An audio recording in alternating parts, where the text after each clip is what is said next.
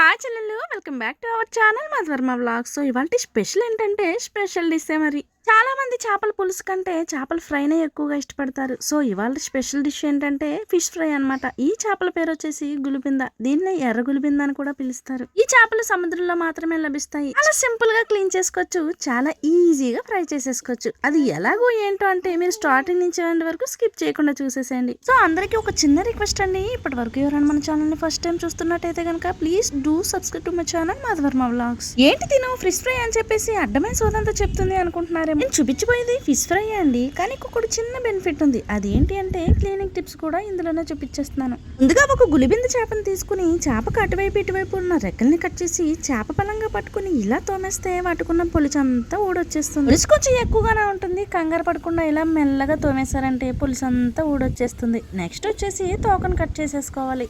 తోకను cut చేసుకున్న వెంటనే చేపకి అటువైపు ఇటువైపు ఉన్న చెంపల్ని కూడా కట్ చేసేసుకోవాలి. చెంపల్ని కట్ చేసిన వెంటనే చేప మధ్యలో ఉన్నటువంటి మేతను కూడా ఈజీగా చేత్తో ఇలా లాగేస్తే ఈజీగా వచ్చేస్తుంది.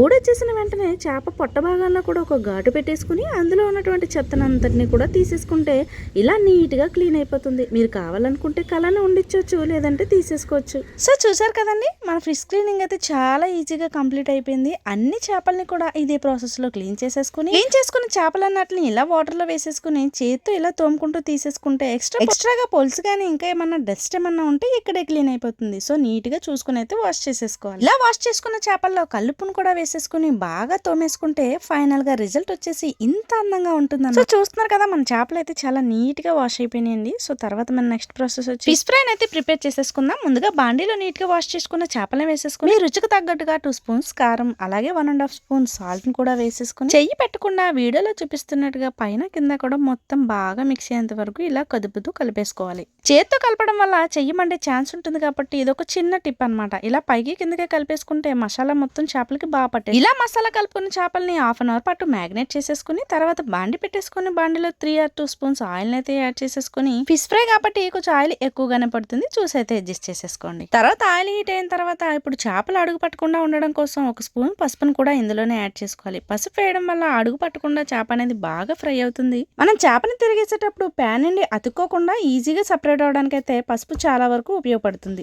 సో మనం ఎప్పుడు ఫిష్ ఫ్రై చేసుకున్నా సిమ్ టు లో ఫ్లేమ్ లో అడ్జస్ట్ చేసుకుంటూ చేపని బాగా ఫ్రై అవ్వనివ్వాలి. సో చూస్తారు కదా, చేపలు అయితే ఉబ్బుతున్నాయి అనమాట. ఈ చేప ఎప్పుడు కూడా పొంగుతూ ఉంటుందండి, కొంచెం జాగ్రత్తగా కేర్ఫుల్ గా ఫ్రై చేసుకోవాలి. ఇలా ఫ్రై అయిన చేపని ఒక సైడ్ అయితే ఆల్రెడీ ఫ్రై అయిపోయింది కాబట్టి గోల్డెన్ బ్రౌన్ కలర్ వచ్చిన తర్వాత రెండో వైపు కూడా టర్న్ చేసేసుకోవాలి. మనం ఫిష్ ని ఈజీగా టర్న్ చేసుకోవడానికి దోశ అట్లకాడ అనేది ఉంటుంది కదా, మేమైతే దాంతోనే ఎప్పుడు ఫ్రై చేస్తూ ఇలా ఈజీగా ఫిష్ ఫ్రై అనేది ప్రిపేర్ చేసుకుంటాం అనమాట.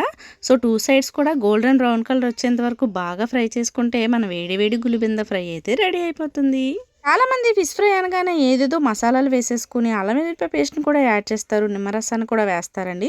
ఒక్కొక్కరు ఒక విధంగా తయారు చేసుకుంటూ ఉంటారు. నేనైతే సింపుల్ బ్యాచిలర్స్ కూడా ఈజీగా ప్రిపేర్ చేసుకోగలిగే ఫిష్ ఫ్రై అనమాట. ఒకసారి ట్రై చేసి చూడండి. టేస్ట్ బాగాలేకపోతే మన ఛానల్ని సబ్స్క్రైబ్ చేసుకోవడం కూడా మానేయచ్చు. మరిన్ని ఇలానే ఇంట్రెస్టింగ్ వీడియోస్ కోసం మన ఛానల్ని సబ్స్క్రైబ్ చేసుకోండి. అలాగే పక్కన ఉన్న బెల్ ఐకాన్ కూడా ప్రెస్ చేసి ఫిష్ ఫ్రై ఎలా నచ్చిందో కామెంట్ సెక్షన్లో కామెంట్ చేసేయండి. మరి ఉంటాను.